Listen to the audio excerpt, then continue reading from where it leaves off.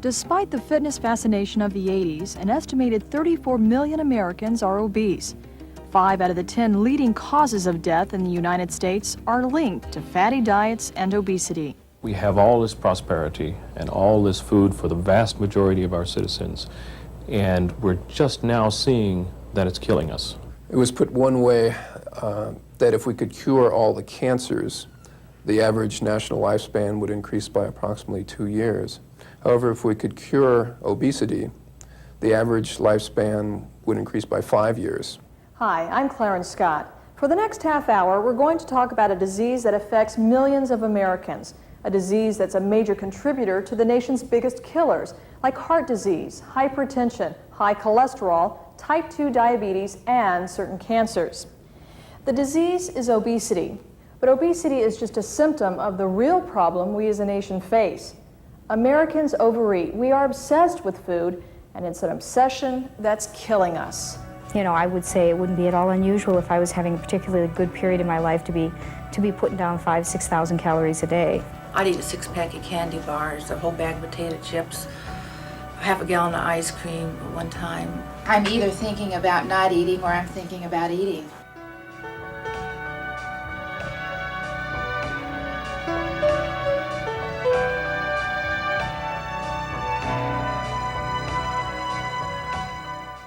I don't know myself thin. I have never been thin. I have progressively gained weight all my life. The real world is that you don't stand much of a chance of taking the weight off, and if you don't, you're going to die.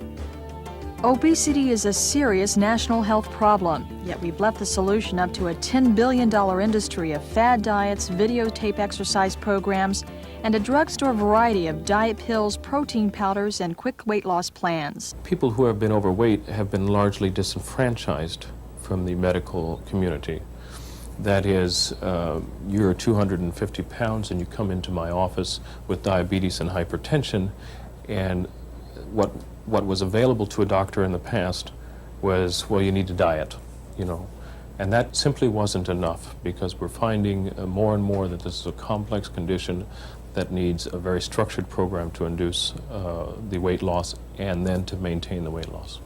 Dr. Michael Cappy is the director of a children's hospital. He often sees the effects of obesity on children, but admits he was the last to take his own advice. I had a lot of trouble getting off the couch at home, and it's really easy to rationalize it. You're busy all day.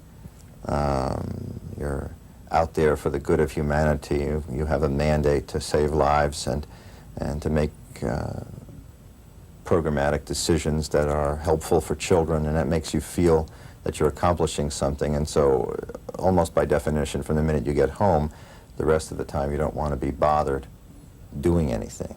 60 pounds heavier, Dr. Cappy experienced shortness of breath, elevated blood pressure, and a fasting cholesterol count of 300. The short-sightedness of it is that you read stories in the newspaper all the time about executives and physicians who die in their 50s or 40s of coronary artery disease, and it's not worth it.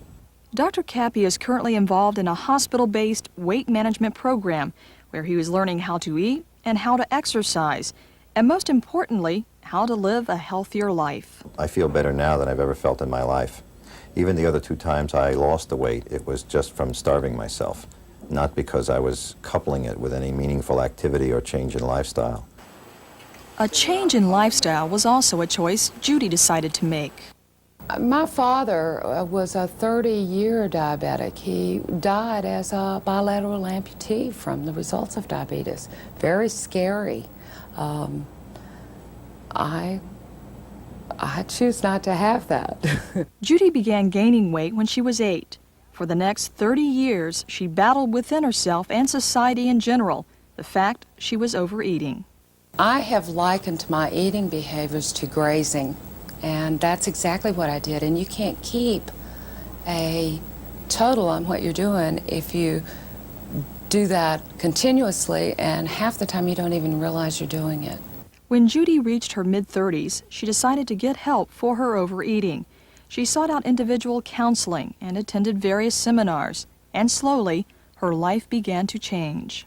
I knew that I had a choice about who Judy was and who Judy was going to be. And And it didn't have to be unhealthy and hopeless and a test in futility. You start finding that theater seats no longer fit. You find that you have to try on a car. You can't just go out and buy one off the rack. Bert was an average-sized man when he attended West Point Prep School. 10 years later, he weighed close to 400 pounds. A normal day would be, let's say I'm headed for work, and I work from early afternoon till late at night. And what I'd normally do is I'd skip breakfast, which everybody will tell you is absolutely deadly on any kind of weight loss program, but I'd skip breakfast. And the first thing I'd do is I'd hit a fast food restaurant on the way in. I'd buy 2 hamburgers or 3 hamburgers. And before I could drive the half hour to work, when I got about, maybe 2/3 of the way there, I'd say, you know, I ought to stop and get a couple more burgers. And I'd have 2 more burgers. That wasn't just one day or on one occasion. That was all the time, a lot of times. Bert finally decided to get help after his doctor told him that if he didn't lose weight, he was going to die.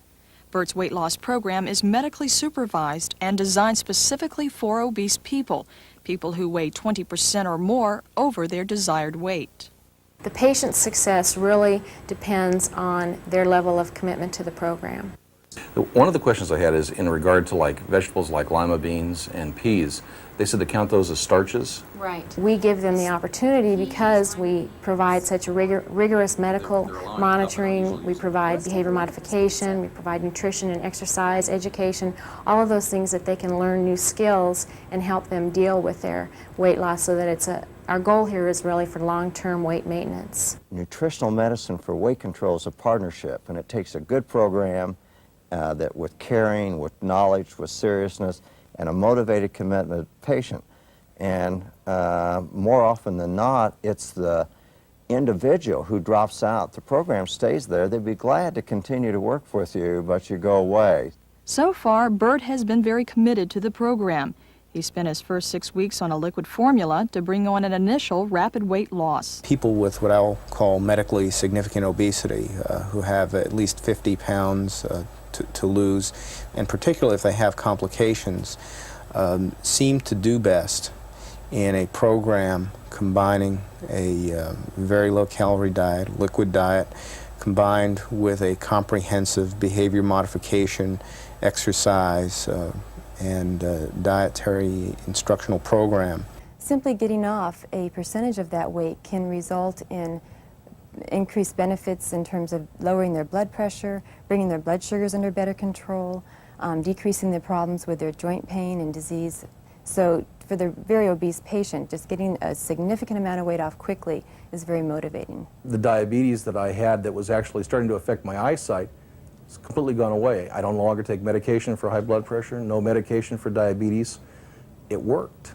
It actually worked, and that part of it makes you feel real good. Bert knows from past experience that the toughest battle is not losing the weight, but keeping it off, which for Bert means a complete change of lifestyle. It's not easy to make the commitment to go exercise. It's not a pleasant thing to do when you first start off. And they tell you that one of our exercises is to tell yourself, I love to exercise. I really like exercising. It's hard to get that mind change, to get that mindset changed. When I sit down with an individual and write up an exercise prescription, I tell them, you know, what will you be willing to do over a long period of time? And whatever they're willing to stick with, that's what's best for them. Health professionals also caution that a person not over-exercise or get too thin. In the case of, for example, Oprah Winfrey, she has to do a tremendous amount of exercise in order to maintain her weight where it is. She clearly is at a healthy weight and would be at a healthy weight, I believe, if she were somewhat higher. But it's very hard to comment whether or not this is healthy for her. Let's say you're eating as a female between 1,800 and 2,200 calories a day, exercising regularly. As a male, eating perhaps 2,500 to 2,800 calories a day and exercising regularly. Whatever you weigh, that's what you should weigh.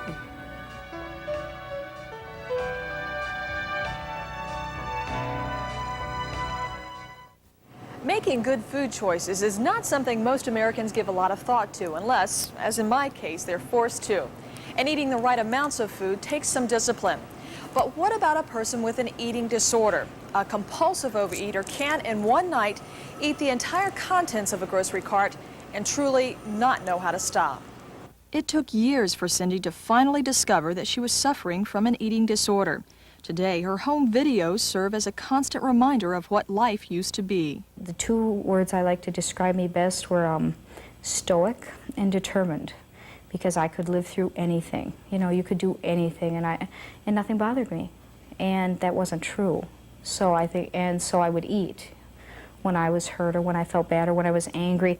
There were times when Cindy attempted to diet, but never with much success. Oh, I did the liquid diet where you don't eat anything for a week. Anything you can drink, you can have, which was not real successful because on Sunday when I went off, then I ate everything in the house. I ate a block of Velveeta cheese. I ate 2 boxes of granola. And so, I can't even think of all the things I ate, and then I decided I shouldn't do that, so I ate a raw egg to try and vomit it, but all I succeeded in doing is swallowing the egg. Cindy began showing signs of an eating disorder early in childhood. She remembers using food to nurture and reward herself. When I was in 2nd grade, I would eat breakfast at my parents' home, and then I would eat my lunch on the way to school, and then when I got to school, I told them that my parents never fed me, so they gave me free breakfast and free lunch for the year. So I was eating 4 meals all 2nd grade before I got home. In my family, they used to call me Crisco for lard butt when I was in a senior, and that's, you know, it was because I was heavier than my dad. And everybody else thought it was really funny, but I felt really bad about it. After 1 year of outpatient treatment for her eating disorder, Cindy's self-esteem has improved dramatically. She is also learning how to take better care of herself. To take care of myself meant I had to feed myself good things, that I needed to walk more, to exercise more, I needed to have a more active life, that it was more important to do other things, that there were other ways to reward myself for things that I had done well, other than eating, you know, a pan of meatloaf. In many ways, I see obesity treatment back where chemical dependency treatment was 20 years ago, where they said, well, why don't you just stop drinking? And it's a moral issue. They do not see obesity as being an issue that is very complex and that needs treatment. They see it as being a matter of willpower, and why don't you just stop? Edith Yoder says that much like the alcohol or drug addict, people with eating disorders use food to control their feelings. The other thing that we find with obese people is that after they lose the weight, they still see themselves as heavy. It's like they can never get thin enough, and so they become discouraged and put the weight back on. And that, of course, is very similar to the anorexic, who sees themselves as being far heavier than what they really are. Here's our new 27-year-old patient who's in for overweight and an endocrine disorder. Programs for treating eating disorders are often very extensive and require professionals who provide medical treatment, psychological counseling, behavior modification, and nutrition and exercise education. Art therapy is another form of treatment that is often used. Cappy Lang explains why. One thing that we're finding with eating disorders is a lot of eating disorder people have had sexual abuse or physical abuse. Sometimes this is repressed, and they will do a drawing or have a dream, and they will remember it, or it comes up. Sharon has been in an outpatient program for her eating disorder for nearly a year. Art therapy is one way she is learning how to work through some of the difficult issues she still faces. I feel very vulnerable when I'm thin, and so it's a lot easier to put all the weight on and make people keep their distance, whether it's physically or sexually, emotionally. It feels a lot safer. My biggest fear is losing weight and being attracted to the opposite sex. Like Sharon, Sherry is also afraid to lose weight. In sharing this with a support group, she knows there are people who understand. Such groups are often a vital part of the recovery process. Let's listen in on some of that group session. I've also found that I think my body size, I've viewed it as giving me some kind of power, some kind of substance. That I can't be overlooked as a thin, insubstantial person, that I have some presence. In truth, I am an addict, and I'm a food addict, and I know that. I mean, I crave it like a person would crave alcohol or drugs. One of the most shaming things was my husband, when I was in the hospital, came and said, "Hon, I found your cookies and candy in your drawer." I couldn't. I just almost died. Answering yes to 3 or more of the following questions could suggest an eating disorder. Are you preoccupied with food? Do you weigh yourself at least once daily? Do you use food to relieve anxiety, sadness, boredom, or anger? Do you hide food or eat in secret? Do you constantly buy diet aids? Do you feel emotionally deprived when restricting food? Do you have a difficult time differentiating between physical and emotional hunger? And does your weight negatively affect your social life? She was a gift. I say that for me as her husband, but I can also speak for others. Rick Hales is still struggling with the tragic death of his wife, Beyond, who died after undergoing gastric bypass surgery several years ago. Beyond was a former model and developer of With Love Beyond, a popular styling salon in Phoenix. Rick says his wife's compulsive overeating was a way for her to deal with stress. The reason she ate was the calm. Beyond gave so much to so many people as others do. It's like you need a calm. Some people drink, have that calm. She ate just to have the calm. Beyond decided it was time to do something about her weight and consulted with a surgeon. It was then decided she would undergo the operation. She chose to do it. She thought this was the thing for her. It turned out it wasn't the thing for her. I lost her. In looking back, there is a lot about what happened Rick would like to do over. Today, he finds comfort in at least being able to warn others of making the same mistake. I would say to anybody with any addiction, whatever it is, to do it naturally. I would just absolutely, to nth degree, say do it naturally. Because there's no risk. Because if you make it, and it's wonderful. And if you don't, you don't. But you don't have this life and death situation. And I wish I had that to do over again. I wish we had it over again.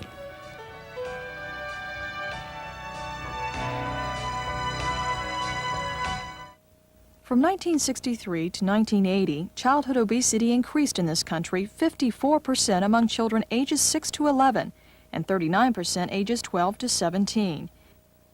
Yes, this is the new generation of vending machines, fast foods, sugary cereals, and high-calorie soda pops. Yet never has a generation been under so much pressure to be so thin. She is disgustingly skinny. I don't know. Sometimes I'm real unhappy with myself. Just sit in my room and think, what can I do to fix it? There's hardly ever a way to, and you just kind of blow it off for a while. I wouldn't be in Amanda's shoes for anything. Because I look at my family, and I think, I don't want Amanda to be overweight. She's so beautiful, I think. She's so beautiful. And she's talented, and I think she has a great future, and I just want her to go through life healthy and thin. That's probably why I get so much pressure, is she doesn't want me to look like her, her only child who's supposed to be beautiful and perfect. Because of their hectic schedules, the Powells rarely sit down for a meal together. As a result, the family snacks too much and eats out too often. But it's Becky and Amanda, not Doug, who gain the weight. I can eat the most horrible food and eat a lot of it, and it doesn't have an effect. Medical professionals agree that genetics and metabolism play a significant role in obesity. There is very good evidence that a lot of obese people eat the same amount as other people. In fact, eat less than normal weight individuals. It seems that normal weight people have a different metabolism which takes excess calories and burns them up as heat rather than putting them away in fat storage. And that seems to be the key metabolic problem in obesity. We think that about a third of obesity is hereditary. Dr. Aroni cautions parents of children with a predisposition to obesity. The parents try to restrict the child because they don't want them to go through what they've gone through, and in many cases it just won't work because the genetic makeup is an obese one. So I think what parents have to understand is they basically have to have a reasonable expectation of the child. And if the child is eating a good, healthy, balanced diet, is getting plenty of exercise, they have to accept the weight the child is. Dr. Greg Archer was an overweight child. Today he is a specialist in childhood obesity and has written a book for parents of obese children. Here are some of the suggestions he makes. Do not put a child on a diet under any circumstances unless you've been specifically told to by your pediatrician. Do not use sweets or any type of food for reinforcement. Instead, give the child a hug or a pat on the back. Set some goals for family exercise, such as fun runs or fun walks. Do not single the overweight child out. Begin to change the entire family lifestyle to be more conducive to weight control. Never force a child to eat. A child should always be allowed to respond to his or her own hunger. The likelihood of a child ever controlling his weight, if he has not done so by age 18, is only 1 in 28 chance of him ever being able to gain control in life. Do you want some fruit? Joy feels her daughters will benefit from what she now knows about obesity and eating disorders. But it's been a long battle for Joy, a battle she wasn't always sure she was going to win. I was in a real bad cycle. I was binging daily, if not twice a day, and purging quite a bit.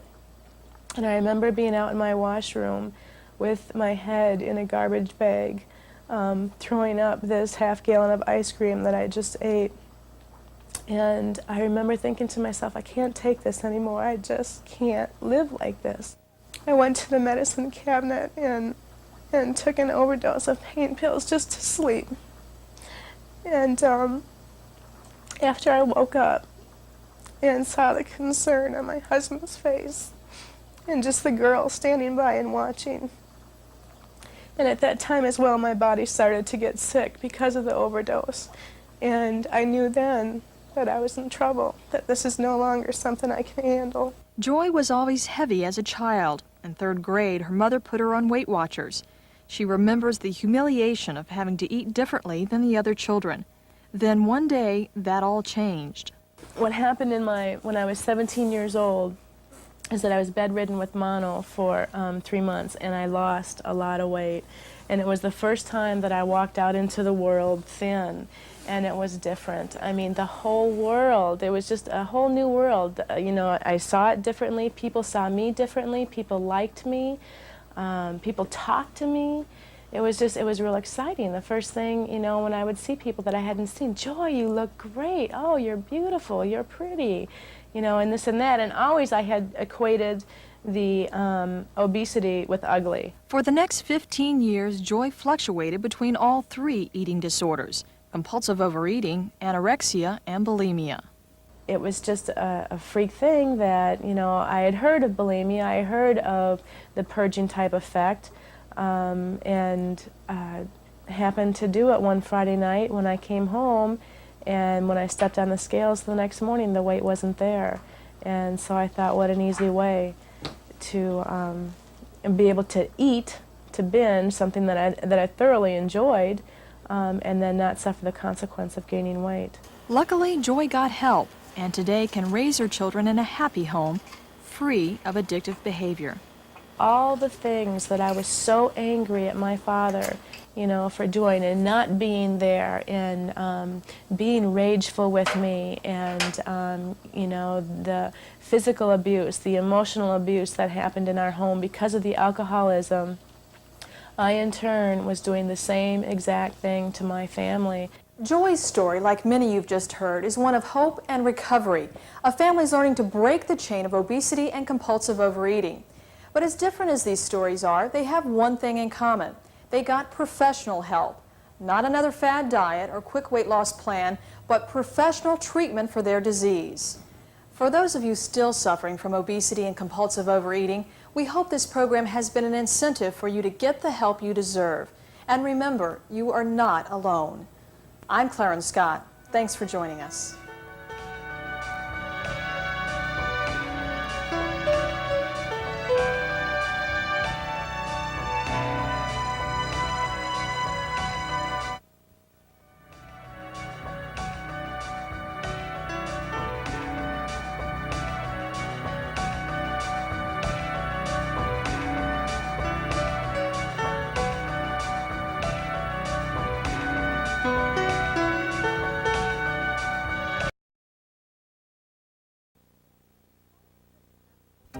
Despite the fitness fascination of the 80s, an estimated 34 million Americans are obese. 5 out of the 10 leading causes of death in the United States are linked to fatty diets and obesity. We have all this prosperity and all this food for the vast majority of our citizens, and we're just now seeing that it's killing us. It was put one way that if we could cure all the cancers, the average national lifespan would increase by approximately 2 years. However, if we could cure obesity, the average lifespan would increase by 5 years. Hi, I'm Clarence Scott. For the next half hour, we're going to talk about a disease that affects millions of Americans, a disease that's a major contributor to the nation's biggest killers, like heart disease, hypertension, high cholesterol, type 2 diabetes, and certain cancers. The disease is obesity, but obesity is just a symptom of the real problem we as a nation face. Americans overeat. We are obsessed with food, and it's an obsession that's killing us. You know, I would say it wouldn't be at all unusual if I was having a particularly good period in my life to be putting down 5